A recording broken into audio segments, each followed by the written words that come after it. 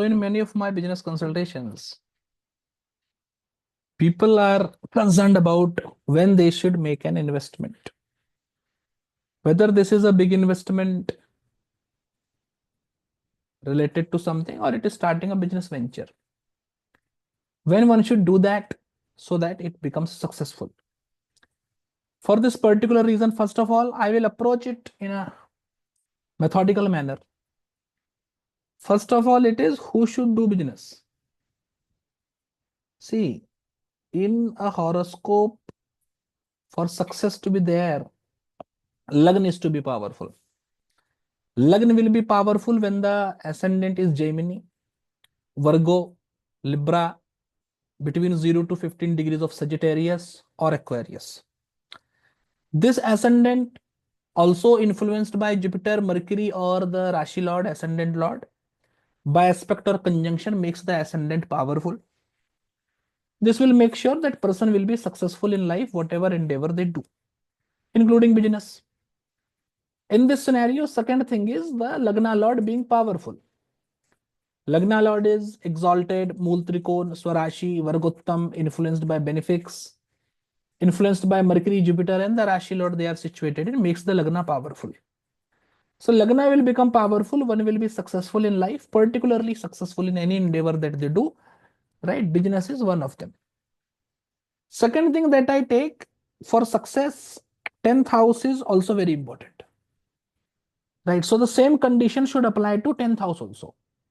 Aries in the 10th house, Taurus in the 10th house, Leo in the 10th house, right? Ascendant between 15 to 30 degree and Sagittarius being in the 10th house makes the 10th house powerful. Aspect or placement of Jupiter, Mercury, Rashi Lord, Sun or Mars in the 10th house. Sun and Mars only placement is good, aspect is not good. Or the strength of 10th Lord also indicates success in horoscope. In such scenario also, one can easily do business. Apart from this, you see, in second house and 11th house, if moon is situated there because moon is Vaishya, or if Mercury is situated there because Mercury is also taken for business, then also one can do business and they can be successful. Make sure that this moon Mercury placed in second and 11th house is otherwise powerful also. Third house is a house that I take for risk taking, business, etc. If the third house is also good, particularly if the third house is having Cancer, Scorpio, Capricorn or Pisces, third house being aspected by Jupiter, Mercury, sign lord, third lord being powerful, also indicates a great chance of person being successful in business. These people can start with business. They can be fairly successful in business also. Regarding the level of business, you see, Dhani Yogas are very important in horoscope. Dhani Yoga is made with the strength of second house and 11th house. Powerful planets situated in second house and 11th house, beneficial planets influencing the second house and 11th house. Second and 11th lord being powerful makes good Dhani Yoga in horoscope. 11th lord in 5th house, 5th lord in 11th house also makes good Dhani Yoga in horoscope. Beneficial strong planets in 5th house and 9th house, 5th and 9th lord being powerful also makes good Dhani Yoga in horoscope. Many planets in 11th house from Arud, many planets expecting 11th house from Arud, benefics or strong planets in second house from Arud also make Dhani Yoga. In all of these categories, because Dhani Yoga is there in horoscope, doing business is very, very good for the native. All of these people can do business. Now, once one starts with the business, there is when to start the venture, right? And second point is, if one is already into business, when to make the big investments. For this particular setup, two things are important, right? One is Dasha Antardasha, another is transit, and third is Muhurta. Transit is a good, you see, good bridge between them. Because Muhurta, when you make, Muhurta will be based on current planetary transit only, right? The current planetary transit will be reflected in Muhurta also. And Muhurta is also useful for timing events, right? So first of all, with respect to Dasha, you see, Dasha of a powerful planet in Rashi and Navamsh is a beneficial Dasha. So if the planet is exalted in Rashi, if the planet is exalted in Rashi or Navamsh, if the planet is in own Rashi, in Rashi or Navamsh, if the planet is in Mul Trikon condition, Rashi or Navamsh, if the planet is Vargottam, or if the planet is getting directional strength, all of these planets are good planets in horoscope, right? Retrogression, etc. I am not considering. All these planets are good, powerful planets in the horoscope. In the dasha antardasha of powerful planet, one becomes successful, right? Powerful result they have. So in such dasha antardasha, because power is there, the planet is powerful and your condition is also powerful at this point of time, any venture you will do, anything you will do, you will be particularly successful in that. Particularly if this powerful planet happens to be the lord of first house, happens to be the lord of fourth house, lord of fifth house, lord of ninth house, lord of 11th house, or lord of second house. This particularly indicate that financial, professional, blessing related things. See, fourth house and 10th house indicates happiness, right? 10th lord also. Fourth house and 10th house indicates happiness, right? So if the powerful planet is fourth or 10th lord, or is a strong, beneficial, good planet connected to fourth house or 10th house, it will give you happiness. So, in this dasha period, whatever motive you have, when you do things related to that motive, you are happy in that, as in you get the success, right? Lagna lord is always good. Fifth and ninth house indicates blessing.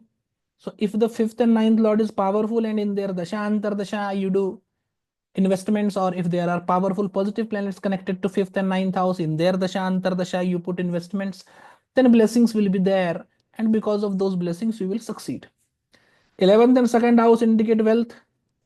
Dasha antar dasha of a strong planet, a strong 11th and second lord, beneficial strong planet connected to 11th and second house, when you make investments in their dasha antar dasha also, much financial gains are supposed to be there. Now in this category, we should well understand one thing. Now I am saying dasha antardasha, right? So there have to be two things, because antardasha is also very important to be considered. Now in this dasha antardasha setup, I have told you about a lot of planets like first lord, fourth lord, fifth lord, ninth lord, 10th lord, 11th lord, and 12th lord. Either the lord of these houses or beneficial planets connected to these houses. Beneficial planet, if there is any planet situated in this house in a good condition, Multrikon, Vargottam, etc., that is a beneficial planet. Benefic planets situated in these houses are beneficial planet with respect to 10th house and 11th house. Any planets situated in these houses are beneficial only. So many planets will be there. Dasha is of the same. Dasha is also of a good planet, good as told right now, and Antardasha is also of a good planet, that is best period. If this Dasha Antardasha Lord are also connected by the way of aspect, etc., then in that scenario the period is very, very good. Then one should make the investments. Even if they are not connected, if both of the planets are indicating success, blessings, etc., as I just told you, then also in their dasha bhukti, investments, etc., should be made. Right? So you have to mark all of these planets who are giving success or good wealth combination or happiness, as I just told you. And in dasha of one planet, antardasha of another planet, you make good investments, you will make business ventures, you will eventually be very, very successful. This is related to dasha antardasha. After dasha antardasha, what we have to see? We have to see the transit. With respect to transit, see, first of all, the transit of dasha lord and the transit of antardasha lord is very important. So you have to make sure that dasha and antardasha lord is transiting in a good rashi.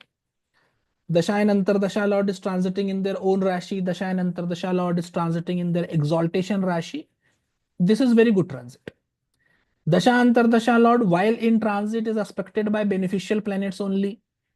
Say dasha lord is Saturn, it is aspected by Jupiter in the transit. Dasha antardasha lord being aspected by beneficial planets in transit, friendly planets in transit, is also very, very good. Right? So this is the secondary setup that we need to take. The transit of dasha antardasha lord should be good. Particularly if the dasha antardasha lord is transiting in a good rashi, beneficial rashi, exaltation, multrikon, etc. rashi, and that rashi happens to have more than 4 benefic points in the Bhinna Ashtaka Varga of the planet, or in the particular Ashtaka Varga of the planet, then this period is even very, very good. This is first consideration related to transit. Second point is in the case of transit, because this is going to be a important venture, so this is going to be some time taking, right? You cannot make investment etc in one day itself. If you can do it in one day, you should also consider moon. For the beneficence of the year, you should consider Jupiter, and for the beneficence of sun, for the beneficence of the month, you should consider sun, right? So you have three planets: sun, moon, and Jupiter. Now, Sun, Moon, and Jupiter should be transiting in a Rashi which in their Ashtak Varga is having 4 or more than 4 points. If Sun is transiting in a Rashi in Ashtak Varga which is having 4 or more than 4 points, the month is beneficial to you. If Jupiter is transiting such a Rashi having 4 or more than 4 points, the year is beneficial for you. If Moon is transiting through a Rashi having 4 or more than 4 points, the day is beneficial for you. 3 factors are there: year, month, and day. Out of these 3 factors, at least 2 factors should be good. 2 good factor is very brilliant. In those areas where you need luck, when you need more of luck, see, at some times, we are certain about the result. So it is okay. You can use this much only. There are some times when we particularly need luck to be successful. In that scenario, you have to make sure that these planets, Sun, Jupiter, and Moon, are transiting good Rashi for Dasha Lord. Important. Understand the point. Good Rashi for Dasha Lord. For example, say you are running the Dasha of Venus. Then in that particular scenario, Sun should be transiting Libra, Sun should be transiting Taurus, Sun should be transiting Pisces. In Libra, Sun will be debilitated. But that's not an issue. This is a beneficial sign for the Dasha Lord. This is going to be good. And if this Libra also happens to be more than 4 points, then it is even better. This is second consideration that we have to take. And lastly, the most important principle with related to finances, you check the 10th Lord. 10th Lord from Ascendant, 10th Lord from Moon, and 10th Lord from Sun. You will have either singular planet lording all 3 houses, or you will have 3 planets. Now check Navamsh. Which Rashi these planets are in Navamsh? Whichever Rashi the planets are situated in the Navamsh, there will be Lord of the Rashi. And that Lord will own 2 Rashis. Now, both of these Rashis, both the 2 Rashis of the Lord, or singular Rashi in the case of the planet going into the Navamsh of Sun or Moon, will be very beneficial. When the 2nd and 11th Lord or 10th Lord or the Lagna Lord is transiting through the Rashi of this planet, any Rashi of this planet who is dispositor of 10th Lord from Sun, Moon, or Ascendant, then at that point of time also the luck is very favorably supporting gain of wealth. Say 10th Lord from Ascendant is Mars, and Mars is going into the Navamsh of Mercury. Now Mercury rules 2 Rashi, Gemini and Virgo. 2nd Lord, 11th Lord, 10th Lord, and Lagna Lord, right? They are transiting Gemini or Virgo, either of them, and this transit is in D1, right? This transit is not in Navamsh. So 2nd, 11th, 10th, or Lagna Lord is transiting through Gemini Rashi in D1. This is a very favorable time with respect to finances.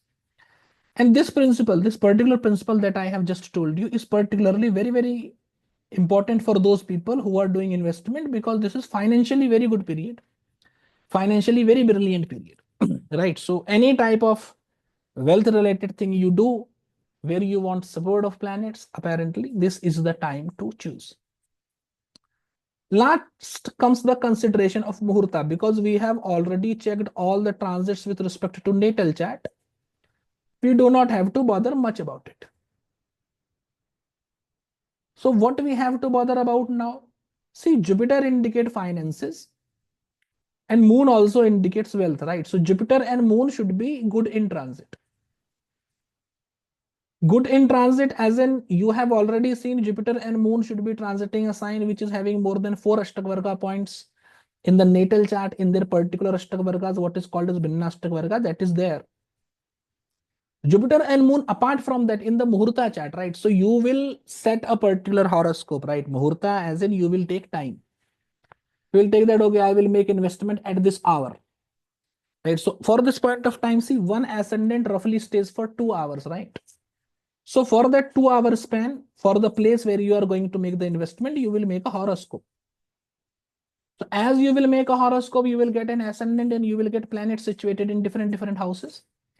In that horoscope, you have to make sure that Jupiter is situated in second house, fourth house, fifth house, right?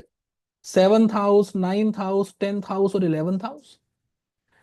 And Moon is also situated in fourth house, fifth house, ninth house, 10th house, or 11th house, right? This setup you take in that particular horoscope from whichever ascendant on the day when you are going to make the investment, this combination is happening. That ascendant, that period of 2 hours is very beneficial. At that point of time, you should make the investment, right? You should also make sure that the tithi is not Chaturthi, Navami, or Chaturdashi. Neither the tithi is Dutiya, Saptami, or Dwadashi, right? These tithis you have to avoid. Bad nakshatras such as Aslesha, bad nakshatras such as Adra, bad nakshatras such as Bharani, bad nakshatras such as Jeshta, bad nakshatras such as Mula, Moon transiting into these nakshatras, right? Bad nakshatras such as Revati, bad nakshatras such as Ashwini, bad nakshatras such as Purva Bhadraprad, bad nakshatras such as Uttara Bhadraprad, Satabisha, and Dhanishta should be avoided, right? Apart from that, if you know about good yogas, good yoga should be chosen, right? Karan should not be Vishti, right? With respect to weekday, almost every weekday is good, but it is better to make investments on Monday, Wednesday, Friday, Thursday. But it also depends on the horoscope. If someone have good Saturn in horoscope, then they can make investments on Saturdays also, right? So this Muhurta based consideration you will keep in mind. This Muhurta, see, this Tithi will change in one day. Moon will be in the nakshatra also for one day.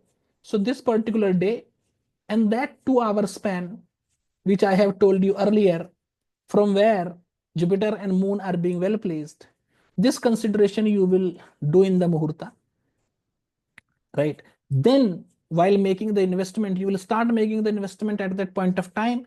It will be very successful. Primary point is, see, those who have combination to have success in business, they will eventually be successful. Either in the first attempt or second attempt, does not matter. As Dasha becomes good, they will be successful. Right. So this is the point. If someone is having good combination for business, good combination for wealth in the horoscope, and Dasha Antardasha is also good, they will already succeed. Transit and Muhurta is not needed as such. Right.